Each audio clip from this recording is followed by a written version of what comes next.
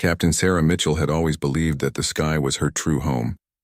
For 12 years, she had commanded military aircraft with the precision of a master craftsman and the courage of a lion. Her fellow pilots respected her superiors trusted her judgment, and her ground crew would follow her into any mission without question. She was known throughout the base as Skyhawk, a nickname that reflected both her sharp vision and her ability to navigate the most dangerous aerial situations with grace. The morning of March 15th started. Like any other training day at Ramstein Air Base in Germany, Sarah was scheduled to lead a routine reconnaissance mission over the European training grounds. The weather was clear, visibility was perfect, and her F-16 Fighting Falcon had passed all pre-flight inspections with flying colors. She suited up with the same methodical care she had practiced thousands of times before, checking every strap, every connection, every instrument with the attention to detail that had kept her alive through countless combat missions in Afghanistan and Iraq. Her crew chief, Master Sergeant Rodriguez, gave her the traditional thumbs up as she climbed into the cockpit. "Bring her home safe, Captain," he called out, the same words he had spoken before every flight for the past 3 years. Sarah smiled and returned the gesture, never imagining it might be the last time she would sit in a pilot's seat for months to come. The takeoff was flawless. Sarah felt the familiar surge of power as the jet engines roared to life, pushing her back into her seat as the aircraft accelerated down the runway. Within seconds, she was airborne, climbing rapidly into the crisp morning sky. The ground fell away beneath her, and she experienced that moment of pure freedom that every pilot knows, the instant when gravity releases its hold and the aircraft becomes an extension of your own body. For the first hour of the mission, everything proceeded according to plan. Sarah completed her assigned reconnaissance routes, photographed the designated targets, and maintained constant radio contact with the control tower. Her flying was smooth and confident, displaying the skills that had earned her numerous commendations and the respect of her peers throughout the Air Force. But as she began her return approach to base, something went terribly wrong. The aircraft's hydraulic system began showing warning signs, pressure dropping rapidly, backup systems failing to engage properly. Sarah's training kicked in immediately as she ran through emergency procedures, her hands moving with practiced efficiency across the instrument panel. She radioed the tower, declaring an emergency and requesting immediate clearance for landing. The control tower cleared all other traffic and activated emergency response teams. Fire trucks and ambulances raced to their positions along the runway, their crews preparing for what might come next. Sarah fought to maintain control of her aircraft as the hydraulic failure worsened, making the plane increasingly difficult to handle. The stick felt heavy in her hands, responding sluggishly to her inputs. As she lined up for her final approach, Sarah knew she was in serious trouble. The landing gear deployed partially but refused to lock into position. Her flaps were stuck in an intermediate setting, creating unpredictable lift characteristics. Most critically, her flight controls were becoming less responsive with each passing second. She was essentially flying a machine that was barely under her control, attempting to land at high speed on a runway surrounded by concrete and steel barriers. The approach looked good initially. Sarah managed to maintain her glide path despite the control difficulties, using every ounce of her skill and experience to keep the aircraft stable. The runway grew larger in her windscreen, and for a moment it seemed like she might pull off a successful emergency landing. The tower held its collective breath as her aircraft descended toward the tarmac. But in the final moments before touchdown, a sudden gust of crosswind caught the unstable aircraft. With her compromised flight controls, Sarah couldn't compensate quickly enough. The F-16 touched down hard, bounced once, then veered sharply to the left. She applied maximum braking power and fought to regain control. But the partially deployed landing gear couldn't handle the lateral stress. The aircraft skidded off the runway at nearly 100 miles per hour, plowing through the grass safety area and striking a concrete barrier designed to protect nearby buildings. The impact was tremendous, crushing the forward section of the fuselage and throwing Sarah violently against her restraint system, despite her helmet and protective gear. Emergency crews reached the wreckage within minutes, using specialized tools to extract Sarah from the twisted metal that had once been her aircraft. She was conscious but clearly in severe pain, her left leg bent at an unnatural angle and blood seeping through her flight suit. The paramedics worked quickly to stabilize her condition before rushing her to the base medical facility. Initial X-rays revealed the extent of her injuries: multiple fractures in her left leg, including a compound break of the femur, 3 cracked ribs, a dislocated shoulder, and most concerning of all, signs of spinal compression that would require immediate surgery. The base surgeon, Dr. Williams, spoke frankly with Sarah about her condition. The injuries were severe, and her recovery would be long and uncertain. More devastating than the physical damage, however, was what the medical board concluded after reviewing her case. The spinal injury, while not paralyzing, had affected her balance and spatial orientation. Combined with the psychological trauma of the crash, the doctors determined that Sarah would never again meet the strict medical requirements for military flight status. Her flying career was over. The news hit Sarah harder than the crash itself. Flying wasn't just her job. It was her identity, her passion, her reason for getting up each morning. The thought of being permanently grounded felt like a death sentence. She had survived combat missions in some of the world's most dangerous airspace, only to have her career ended by a mechanical failure during a routine training flight. As she lay in her hospital bed, watching other pilots taxi their aircraft past her window, Sarah couldn't imagine what her future would hold. The sky that had once been her domain now seemed impossibly distant, and the woman known as Skyhawk wondered if she would ever soar again. Little did she know that her greatest test was still to come, and that her grounding would ultimately prepare her for a moment when her skills would be needed more desperately than ever before. The weeks that followed Sarah's crash blurred together in a haze of pain medication, physical therapy sessions, and crushing disappointment. Her room at the base medical center became a prison of white walls and antiseptic smells, where the constant hum of air conditioning replaced the roar of jet engines that had been the soundtrack of her life for over a decade. Physical recovery proved to be an agonizing process. The surgeons had successfully repaired her fractured leg using titanium rods and screws, but the healing was slow and painful. Every morning brought the same routine: wake up to throbbing pain, struggle through basic movements that had once been effortless, and endure physical therapy sessions that left her exhausted and frustrated. The therapists were kind but demanding, pushing her to regain mobility that might never fully return. Her fellow pilots visited regularly during those first few weeks, bringing updates from the squadron and attempting to maintain the camaraderie that had sustained them all through difficult missions. But Sarah could see the discomfort in their eyes, the way they looked at her as someone who had crossed a line from which there was no return. They spoke carefully, avoiding mentions of upcoming flights or new aircraft assignments, creating an awkward distance where easy friendship had once existed. Major Tom Bradley, her former wingman and closest friend in the squadron, tried hardest to maintain normalcy during his visits. He would sit beside her bed and share stories about base life, recent training exercises, and the personalities of new pilots joining their unit. But even he couldn't hide the sadness in his voice when he talked about flying, knowing that Sarah was no longer part of that world. The worst moments came during shift changes at the medical center, when she could hear aircraft taking off and landing at the nearby runway. Each roar of engines felt like a physical blow, reminding her of everything she had lost. She would lie in bed, tracking the sound patterns of different aircraft types: the sharp whine of F-16s, the deeper rumble of cargo planes, the distinctive noise of helicopters. Her trained ear could identify each one, but now she could only listen from the ground like any ordinary person. Dr. Williams delivered the final medical verdict 6 weeks after the crash. The physical injuries had healed adequately, though Sarah would always walk with a slight limp and experience occasional pain in her left leg. More significantly, the neurological tests revealed persistent issues with spatial orientation and depth perception, subtle problems that would be barely noticeable in normal activities, but absolutely disqualifying for high-performance military aviation. "Your reflexes are still excellent," Dr. Williams explained gently, "and your cognitive function is unimpaired. In any other profession, these residual effects would be considered minor. But military aviation demands perfection in every physical and mental system. I'm sorry, Captain, but your flying status cannot be restored." Sarah received the news with outward composure, thanking the doctor professionally and asking practical questions about her future medical care. But inside, something fundamental broke.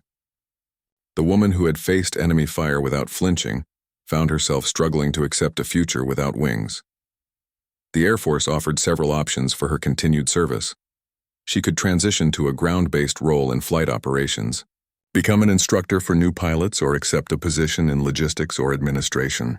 Each possibility felt like a consolation prize, a pale substitute for the life she had built in the cockpit. The idea of teaching others to fly while being unable to fly herself seemed particularly cruel. Commander Jackson, the base operations chief, called Sarah to his office to discuss her future assignment options. He was a veteran pilot himself who had been grounded years earlier due to age restrictions, and he understood better than most what she was experiencing. "I know this isn't what you wanted," he said, setting down her personnel file. "But your experience and judgment are valuable assets that we can't afford to lose. There are ways to serve that don't involve being in the pilot seat." Sarah listened politely to his suggestions, but felt disconnected from the conversation. Ground operations, flight planning, pilot training coordination, all worthy roles, but none of them felt like her true calling. She had joined the Air Force to fly, not to shuffle paperwork or manage schedules from behind a desk. The turning point came during a conversation with her father, retired Colonel Robert Mitchell, who had served 3 tours in Vietnam as a helicopter pilot. He called every few days to check on her recovery, and Sarah could hear the worry in his voice despite his attempts to sound encouraging. "You know," he said during one particularly difficult conversation, "I was grounded twice during my career, once for medical reasons, once for disciplinary action after I disobeyed orders to rescue a downed crew. Both times I thought my world was ending." Sarah had heard some of these stories before, but she listened with new attention as her father continued. "The thing is, kiddo, being a pilot isn't just about sitting in the cockpit. It's about understanding aircraft, knowing how missions work, making decisions under pressure. Those skills don't disappear just because you can't fly anymore. Sometimes, the most important contributions happen on the ground." Despite her father's words of encouragement, Sarah struggled with depression and a loss of purpose throughout her recovery period. She went through the motions of rehabilitation and began preparing for her new assignment, but her heart wasn't in it. The woman who had once been known for her enthusiasm and leadership seemed to have lost her spark. Her new role was as Assistant Chief of Flight Operations, a position that involved coordinating training schedules, managing pilot assignments, and ensuring that all squadron activities ran smoothly. It was important work that required someone with extensive flying experience, but Sarah felt like she was watching her former life through a window she could never open. The other pilots treated her with respectful distance, uncertain how to interact with someone who had been one of them, but was now permanently separated by circumstances beyond anyone's control. Sarah understood their discomfort but felt isolated by it. She was no longer fully part of the pilot community, yet she wasn't quite a civilian either. Months passed as Sarah gradually adapted to her new reality. She developed new routines, found ways to contribute meaningfully to base operations, and slowly began to rebuild her sense of purpose. She couldn't fly, but she could ensure that other pilots had the support they needed to fly safely and effectively. Little did Sarah know that her extensive knowledge of base operations, her understanding of pilot psychology, and her detailed familiarity with aircraft capabilities would soon become crucial assets in a crisis that would test everyone's limits. Her grounding, which seemed like the end of her useful service, was actually preparing her for a moment when her unique combination of skills would be desperately needed. The quiet months of recovery and adjustment were about to give way to chaos, and the woman they said would never fly again would face her ultimate test. The international situation had been deteriorating gradually throughout Sarah's recovery period, but most personnel at Ramstein Air Base remained focused on their daily routines and training exercises. News reports spoke of increasing tensions in Eastern Europe, diplomatic failures and military buildups along various borders, but these seemed like distant problems that wouldn't directly affect their operations in Germany. Sarah, now settled into her role as Assistant Chief of Flight Operations, had developed a broader perspective on global military activities through her access to intelligence briefings and operational planning sessions. Her new position required her to coordinate with multiple air bases across Europe, track aircraft movements, and maintain awareness of potential threats that might affect flight schedules and pilot assignments. During her first few months in the ground role, Sarah discovered that she had a natural talent for strategic thinking and operational coordination. Her years of flying experience gave her unique insights into how pilots thought and reacted under pressure, while her current position allowed her to see the bigger picture of how air operations fitted into overall military strategy. The base commander, General Patricia Hayes, had initially been skeptical about Sarah's assignment to such a critical ground role so soon after her accident. However, she quickly recognized Sarah's exceptional abilities in coordination and planning. Sarah's reports were thorough and insightful. Her recommendations were practical and well-reasoned, and her ability to anticipate problems before they occurred impressed everyone who worked with her. "Captain Mitchell has a gift for seeing patterns that others miss," General Hayes commented during a staff meeting. "Her analysis of pilot fatigue patterns alone has improved our training efficiency by 15%. The first signs of serious trouble came in late autumn, when intelligence reports began indicating unusual military activity in several Eastern European countries. Satellite imagery showed large movements of aircraft and ground equipment, while electronic surveillance detected increased radio traffic using encrypted channels. Sarah found herself working longer hours as the base's operational tempo increased in response to these developments. Her desk in the Flight Operations Center became a hub of activity, with a constant stream of pilots, mechanics, and intelligence officers seeking information or coordination for various missions. Sarah managed these interactions with calm efficiency, but she couldn't shake the feeling that they were all preparing for something much more serious than routine training exercises. The first concrete warning came during a classified briefing that Sarah attended as part of her operational duties. Intelligence officers presented evidence of a coordinated military buildup involving multiple hostile nations, with particular emphasis on advanced air defense systems and long-range missile capabilities. The presentation included detailed analysis of potential targets, including major NATO airbases like Ramstein. "We're looking at a significant increase in threat levels across the European theater," the intelligence briefing officer explained to the assembled staff. "Multiple sources indicate preparation for large-scale military operations, with specific intelligence suggesting that airbases will be primary targets in any initial assault." General Hayes asked pointed questions about timeline and probability, but the intelligence community could only provide ranges of possibilities, rather than definitive answers. What was clear was that Ramstein and other major airbases needed to increase their defensive preparations immediately. Sarah found herself at the center of these preparations, coordinating increased patrol schedules, emergency response procedures, and pilot readiness requirements. Her unique combination of flying experience and operational knowledge made her invaluable in planning how the base would respond to various threat scenarios. The workload was intense, often requiring 16-hour days as Sarah balanced routine operations with emergency preparedness activities.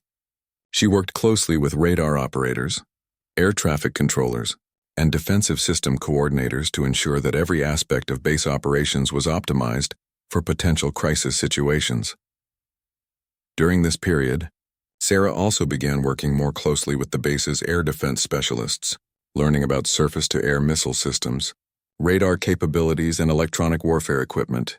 Her flying background helped her understand how these systems would appear to attacking aircraft, while her current role required her to know how they integrated into overall base defense strategies. Major Bradley, still one of her closest friends despite the changes in their professional relationship, often stopped by her office during these busy weeks. He could see the stress she was under, but also noticed something else, a renewed sense of purpose and engagement that had been missing since her accident. "No," he said during one of their conversations, "I think you might be more valuable to this base now than you ever were as a pilot. The stuff you're coordinating, the big picture view you have, it's something most of us who are still flying don't really understand." Sarah appreciated his support, but she still felt the loss of flying as an ache that never completely went away. Watching pilots launch on training missions or return from operational flights remained difficult, though she had learned to channel that energy into making sure their missions were as safe and effective as possible. The intelligence reports became more specific and alarming as winter approached. Hostile forces were not only building up their capabilities, but were also conducting reconnaissance flights along NATO borders, testing response times and defensive procedures. Several incidents involved aircraft approaching Ramstein's airspace before turning away at the last moment, clearly probing for weaknesses.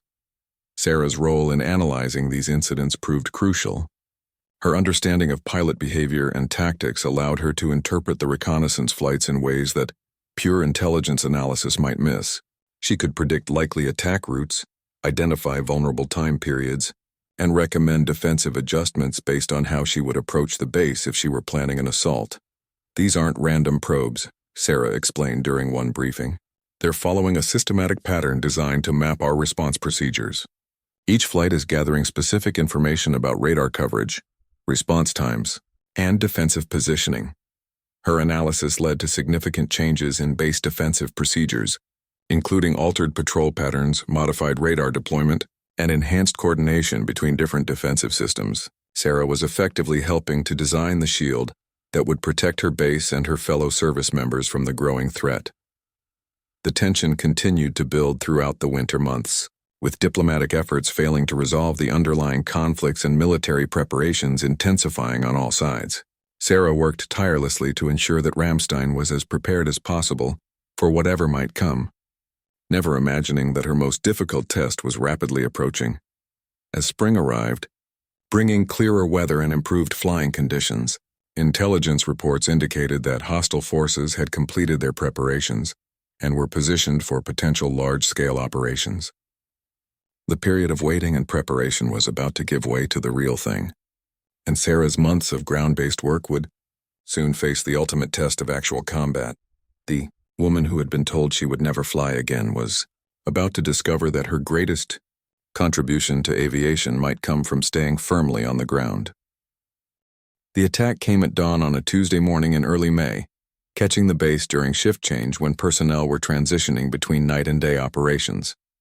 Sarah had arrived at the Flight Operations Center early, as had become her habit during the heightened alert period. She was reviewing overnight intelligence reports when the first air raid sirens began their haunting wail across Ramstein Air Base. The sound cut through the morning calm like a knife, instantly transforming the routine atmosphere into one of controlled chaos. Sarah's training kicked in immediately as she activated emergency protocols that had been practiced countless times, but never used in actual combat. Her hands moved swiftly across communication panels, initiating contact with radar stations, air traffic control, and defensive systems. All stations, this is Flight Ops, Sarah broadcast over the primary command frequency. We have confirmed hostile aircraft inbound. All defensive systems to full alert status. All non-essential personnel to hardened positions immediately. The radar operators reported multiple bogies approaching from the northeast at high speed and low altitude, using terrain masking to avoid early detection. Sarah's months of studying attack patterns and hostile tactics immediately told her this was a well-coordinated assault designed to overwhelm defensive systems through speed and surprise. General Hayes arrived in the operations center within minutes. Her uniform hastily donned, but her demeanor calm and focused. She took one look at the tactical display and turned to Sarah with complete trust in her judgment. "What's your assessment, Captain?" the general asked, raising her voice over the increasing noise of defensive systems coming online. "They're using a classic multi-axis approach," Sarah replied, pointing to symbols moving across the radar screen. "Primary strike force of 12 aircraft approaching from the northeast. Probable decoy flights from the west and south to split our defensive attention. Based on their approach vector and speed, they're targeting our runway and aircraft parking areas. The base's surface-to-air missile systems were already tracking the incoming threats, but Sarah realized that standard defensive procedures might not be sufficient against such a coordinated attack. Her unique perspective, combining pilot experience with operational coordination, allowed her to see vulnerabilities that others might miss. "General, they're timing this for maximum effect," Sarah continued, her voice steady, despite the chaos around them. "They know our shift change schedule, they know our defensive positioning, and they're exploiting every weakness they've identified during months of reconnaissance." As she spoke, the first wave of hostile aircraft appeared on visual contact, streaking across the German countryside at altitudes barely above the tree line. Sarah could identify the aircraft, types from their silhouettes. Advanced fighters equipped with precision-guided munitions designed to destroy runways and aircraft on the ground. The base's defensive systems engaged immediately, sending streams of missiles and cannon fire toward the attacking aircraft. The morning sky erupted in explosions and tracer fire as defenders and attackers clashed in deadly aerial combat. Sarah watched the tactical display with growing concern as she realized the attackers had anticipated most of the defensive responses. "They've studied us too well," she said to General Hayes. "They know exactly where our missile systems are positioned. They know our engagement protocols, and they're using that knowledge against us." The first wave of attacking aircraft split into smaller groups as they approached the base, forcing defensive systems to divide their attention among multiple targets. Several hostile aircraft broke through the initial defensive line, releasing their weapons toward critical base infrastructure. Explosions began erupting across the airfield as enemy bombs found their targets. The main runway suffered multiple hits, creating craters that would prevent aircraft from taking off or landing. Several hangars containing maintenance equipment burst into flames, sending columns of black smoke into the morning sky. Sarah felt a surge of frustration and anger as she watched the attack unfold. Her pilot's instincts screamed at her to take action, to climb into an aircraft and engage the attackers directly. But her damaged body and medical restrictions kept her firmly grounded, forcing her to fight this battle from behind a desk instead of from a cockpit. However, her ground-based perspective also provided advantages that she was only beginning to recognize. Unlike pilots focused on individual aerial combat, Sarah could see the entire battle from a strategic viewpoint. She could track all hostile movements simultaneously, anticipate their next actions, and coordinate defensive responses across multiple systems. "General, the second wave is going to hit us in approximately 4 minutes," Sarah announced, studying radar returns and attack patterns. "They're going to target our fuel storage and ammunition depots while our defenses are focused on the runway area." General Hayes immediately authorized repositioning of mobile defensive units based on Sarah's prediction. As the second wave of attackers approached, they found surface-to-air missiles and anti-aircraft guns waiting in positions the attackers hadn't expected. The revised defensive strategy proved effective, shooting down 3 hostile aircraft before they could release their weapons. However, several attackers still broke through, causing significant damage to fuel storage facilities and creating massive fires that threatened to spread to other critical areas. Throughout the attack, Sarah maintained constant communication with all defensive units, providing real-time intelligence about hostile movements and coordinating responses across the entire base. Her ability to think like a pilot while managing ground-based systems proved invaluable in countering the sophisticated assault. "Flight Ops. This is Missile Battery 3, came a radio call during the height of the battle. "We've expended most of our ammunition and need resupply urgently." Sarah immediately coordinated with logistics personnel to dispatch ammunition trucks to the battery's position, routing them through areas that were least likely to be targeted by the ongoing attack. Her comprehensive understanding of base operations allowed her to manage these critical support functions while simultaneously tracking the tactical situation. The attack continued for nearly 2 hours, with successive waves of hostile aircraft attempting to complete the destruction of base facilities. Sarah found herself at the center of an intricate dance of defense and counterattack, using every skill she had developed as both a pilot and an operations coordinator. As the morning progressed, it became clear that the base's defensive preparations had been more effective than the attackers had anticipated. Several hostile aircraft had been shot down, and while significant damage had been inflicted on base infrastructure, critical systems remained operational. But Sarah could see from the tactical patterns that this was only the beginning. The initial attack had been designed to soften defenses and assess remaining capabilities. The real test was yet to come, and she knew that the base would need every advantage it could muster to survive what was approaching. The woman who had been grounded by a training accident was discovering that her greatest flight might be the one she conducted, while keeping her feet firmly planted on the ground. The temporary lull that followed the initial attack felt more ominous than peaceful. Sarah stood in the operations center, surrounded by damage reports, casualty updates, and urgent requests for resources, knowing that the enemy was regrouping for an even more devastating assault. Smoke still rose from several burning structures across the base, and the acrid smell of burning fuel and explosives drifted through the ventilation system. General Hayes moved between different communication stations, coordinating with higher, command and assessing the base's remaining defensive capabilities. The initial attack had damaged approximately 30% of their surface-to-air missile systems, destroyed 2 radar installations, and rendered the main runway unusable for anything larger than helicopters. "Status report, Captain," General Hayes requested, her voice betraying the strain of the morning's events despite her calm exterior. Sarah consulted her multiple displays and communication feeds before responding. "We've lost significant defensive coverage on the eastern approach. Fuel reserves are down to 60% of normal levels, and we have 17 wounded personnel currently receiving medical treatment. However, our primary communication systems remain operational, and most defensive positions are still combat effective." What Sarah didn't mention, but both women understood, was that intelligence indicated the morning's attack had been merely a probing action. Satellite reconnaissance and electronic surveillance suggested that a much larger hostile force was assembling for a follow-up assault designed to completely eliminate Ramstein as an operational airbase. The real crisis began when a priority message arrived from European Command headquarters. Intelligence sources had identified a massive hostile air armada approaching German airspace, over 60 aircraft including bombers, fighters, and electronic warfare platforms. This force was designed to overwhelm any remaining defenses and complete the destruction that the morning's attack had begun.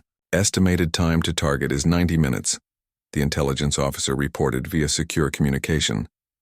"This force is equipped with advanced jamming equipment, precision-guided munitions, and air-to-surface missiles specifically designed to destroy hardened targets."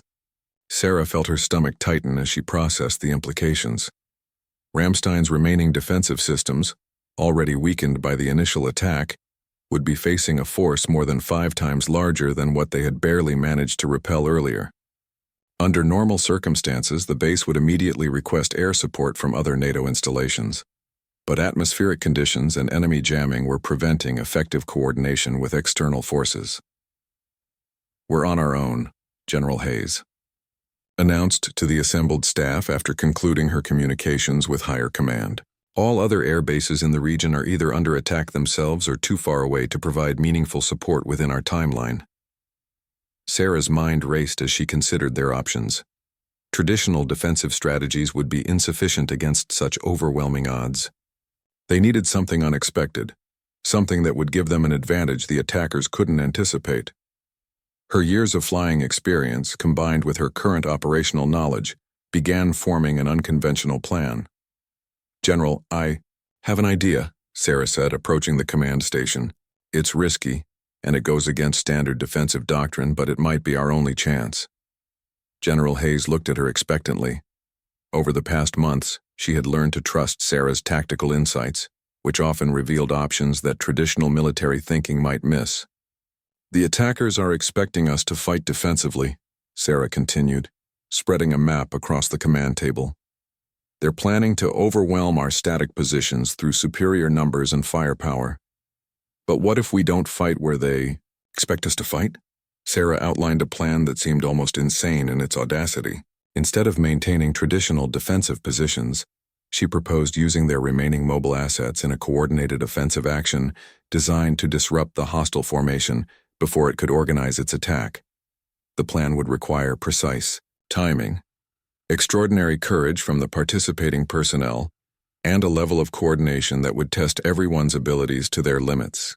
"You're suggesting we attack them instead of defending against them," General Hayes summarized, studying the proposed battle plan. "Not exactly," Sarah replied. "I'm suggesting we turn their own tactics against them. They're expecting to find us in predictable defensive positions.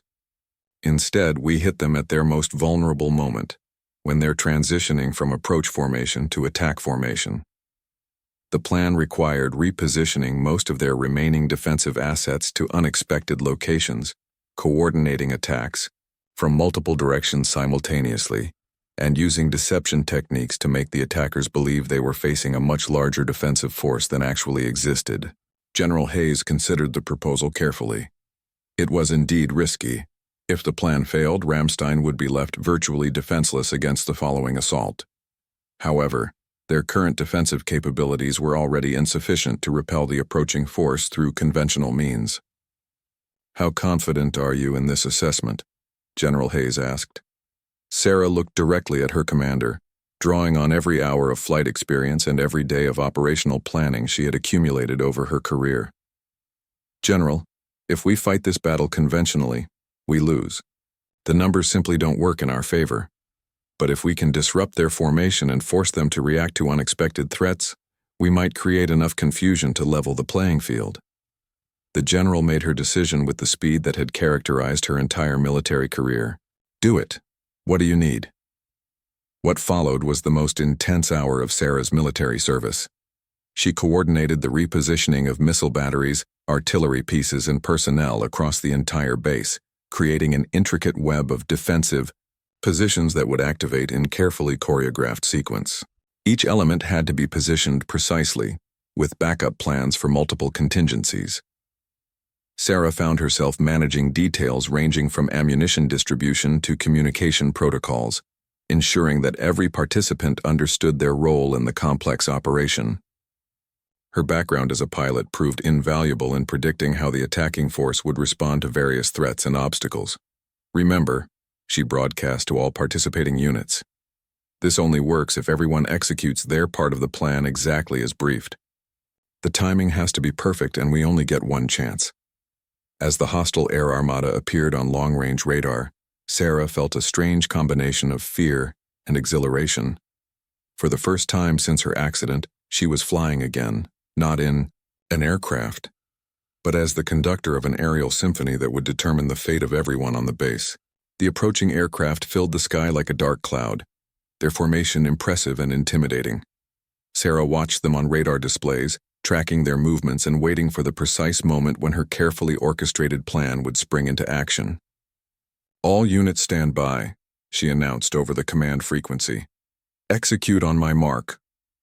The woman who had been told she would never fly again was about to pilot the most important flight of her career, using the entire base as her aircraft and the approaching enemy formation as her target. Sarah stood before the master tactical display, her hands poised over communication controls that would coordinate the most complex defensive operation Ramstein had ever attempted. The hostile armada was now visible on multiple radar screens, approaching in a formation so large it seemed to darken the afternoon sky. 63 aircraft in total, moving with the precision and confidence of a force that expected easy victory. Range to target, 40 kilometers and closing, reported the radar operator, his voice steady despite the magnitude of what they were facing. Sarah's plan required the attacking force to maintain their current formation until they reached a specific geographic point, where the base's repositioned defensive assets could engage them most effectively. If the hostiles detected the repositioning too early, they would adapt their approach and the entire strategy would collapse. All units, maintain radio silence until execute command, Sarah broadcast on the secure frequency. Remember, surprise is our only advantage. General Hayes stood beside Sarah, watching the tactical display with the calm intensity of a veteran commander. Around them, the operations center buzzed with controlled activity as personnel tracked multiple aspects of the unfolding situation. Everyone understood that the next few minutes would determine whether Ramstein survived as an operational base or was reduced to smoking ruins. The hostile formation began to change configuration. As it approached the base perimeter, transitioning from travel formation to attack formation exactly as Sarah had predicted. This was the moment of maximum vulnerability, when aircraft were focused on repositioning rather than defensive awareness, when communication channels were busy with coordination rather than threat detection. Execute Phase 1, Sarah commanded. The first wave of the base's response came from concealed positions that the hostile reconnaissance had never identified. Mobile missile launchers that had been relocated during the lull emerged from hidden positions and engaged the lead elements of the attacking formation.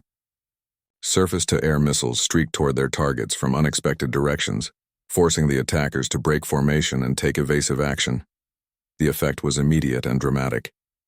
The confident approach of the hostile armada dissolved into chaos as aircraft scattered to avoid the unexpected missile threats.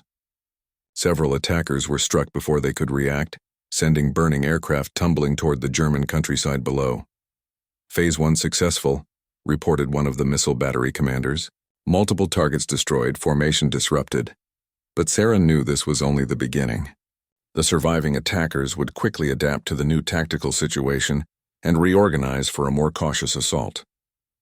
The second phase of her plan needed to capitalize on the confusion before the enemy could recover their composure. Execute Phase 2, Sarah announced. The second phase involved artillery and short-range defensive systems engaging aircraft that had descended to lower altitudes while evading the initial missile attack. Sarah had positioned these weapons to create overlapping fields of fire that would force the attackers into an increasingly narrow corridor of approach. Anti-aircraft guns opened fire from positions that hadn't existed during the morning's reconnaissance, creating streams of tracer fire that lit up the afternoon sky. The attackers found themselves trapped between missile threats from above and cannon fire from below, forced to choose between different types of deadly opposition. Sarah watched the tactical display with the focused intensity of a conductor directing a complex musical performance. Each defensive system was an instrument in her orchestra, and the timing of their engagement had to be precise to create the maximum disruption of the hostile formation. Hostile formation is fragmenting, reported the senior radar operator. Multiple groups are breaking off to engage individual defensive positions. This was exactly what Sarah had hoped for. By fragmenting the coordinated assault into smaller, independent actions, the defenders could use their detailed knowledge of local terrain and defensive positions to even the odds against superior numbers. Execute Phase 3, Sarah commanded. The third phase was the most audacious part of her plan. Instead of waiting for the scattered hostile aircraft to reorganize and attack, Sarah had positioned mobile defensive units to actively hunt the attackers using the same terrain masking techniques that had made the initial assault so effective. Truck-mounted missile systems and mobile radar units began pursuing individual hostile aircraft, using their knowledge of local geography to predict flight paths and set up ambush positions. The hunters had become the hunted, as attack aircraft found themselves being stalked through the German countryside by ground-based systems they couldn't effectively target. Mobile Unit 7 reporting successful engagement, came one radio report. Target destroyed, moving to secondary position. Mobile Unit 3 has locked onto hostile bomber, reported another team. Engaging now. Sarah coordinated these mobile hunting parties with the same precision she had once used to manage complex aerial maneuvers. Her understanding of pilot psychology helped her predict how the attackers would respond to various threats. Allowing the defensive teams to anticipate enemy movements and position themselves advantageously, the battle had transformed from a one-sided assault into a complex chess game played across hundreds of square kilometers of German airspace. Sarah found herself thinking several moves ahead, anticipating how the attackers would adapt to each defensive measure and preparing counter-responses. Hostile command aircraft is attempting to reorganize remaining forces, reported the electronic warfare specialist. They're trying to establish a new attack formation southeast of our position. Sarah immediately redirected 2 mobile units to intercept the reorganization attempt while simultaneously coordinating artillery fire to disrupt the assembly area. The attackers found themselves under fire before they could complete their regrouping, forcing them to scatter once again.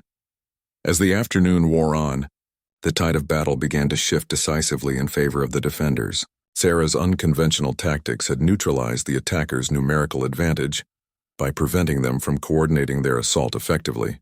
Individual hostile aircraft or small groups continued to pose threats, but the massive coordinated strike that could have destroyed the base had been broken apart.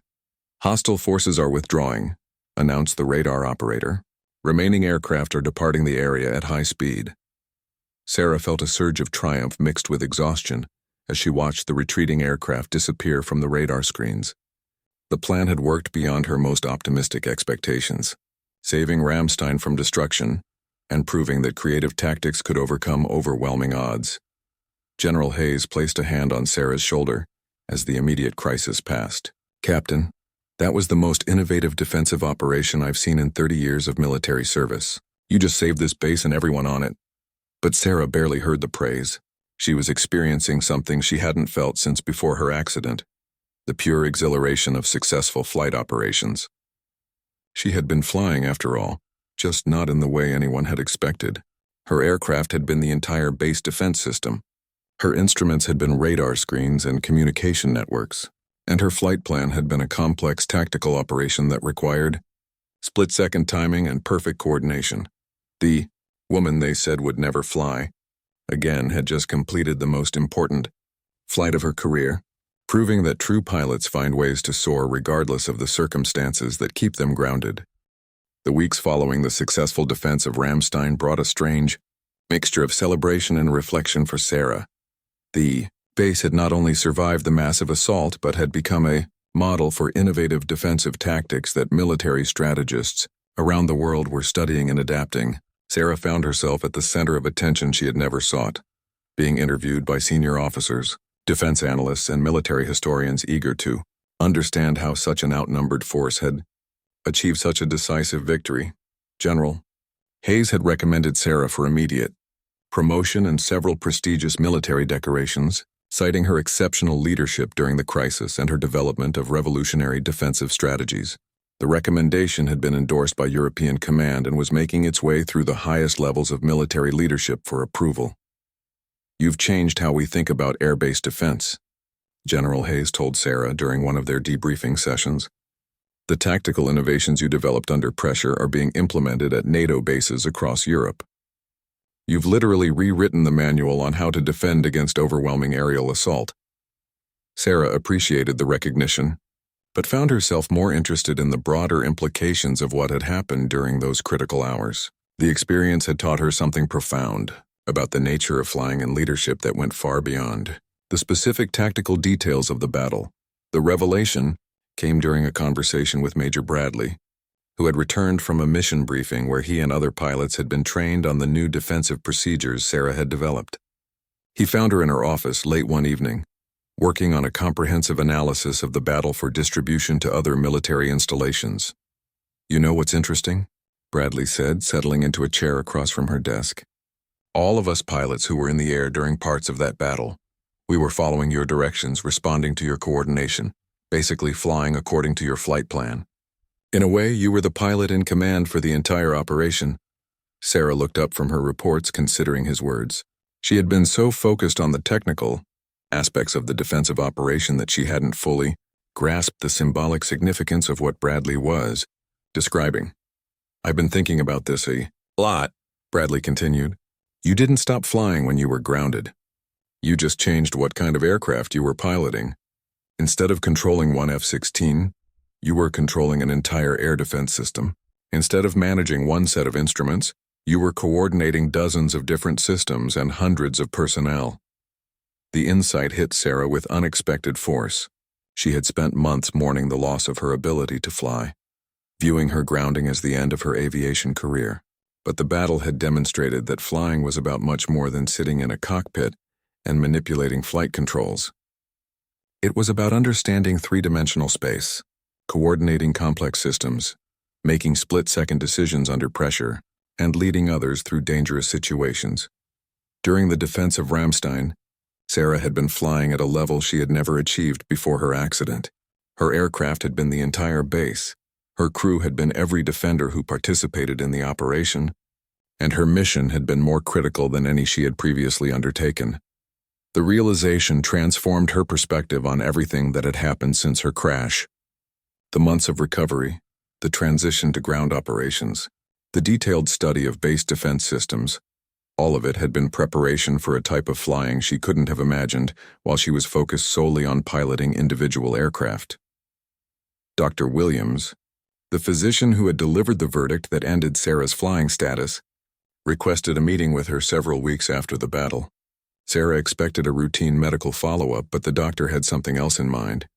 "Captain, I've been reviewing your medical files in light of recent events," Dr. Williams began. "Your performance during the aerial siege suggests that some of my initial assessments may have been overly conservative."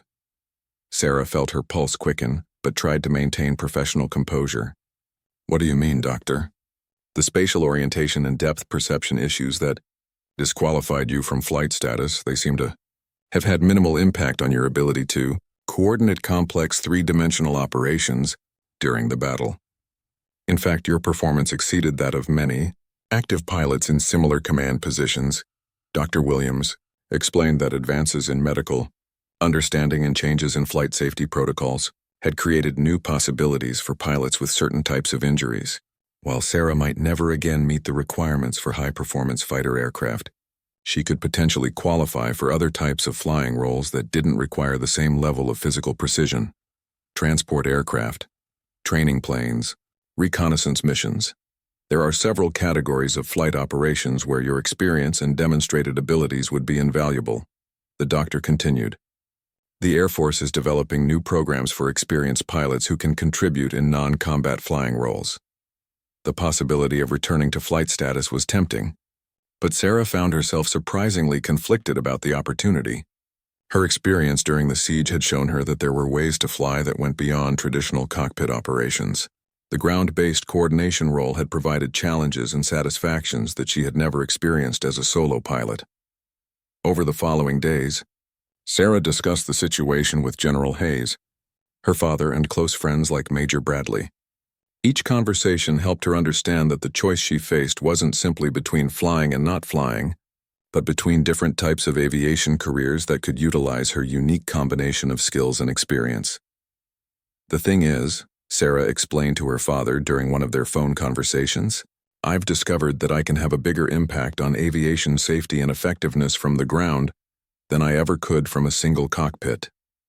The defensive strategies we developed here are already being used to protect thousands of military personnel at bases around the world. Her father, the retired colonel who had struggled with his own grounding years earlier, understood the significance of her words. Sounds like you figured out something that took me years to learn, he said. Sometimes the most important flying happens when your feet are firmly planted on the ground. Sarah's decision, when she finally made it, surprised many people but felt completely right to her. She declined the opportunity to return to flight status, choosing instead to accept a promotion to major and a new assignment, developing innovative air defense strategies for NATO installations across Europe. The role would allow her to fly regularly as a passenger and observer, visiting different bases and working with pilots from multiple countries, but her primary focus would be on the kind of large-scale aerial coordination that had proven so effective during the siege of Ramstein. At the promotion ceremony, General Hayes spoke about Sarah's unique journey from pilot to grounded officer to innovative tactical coordinator.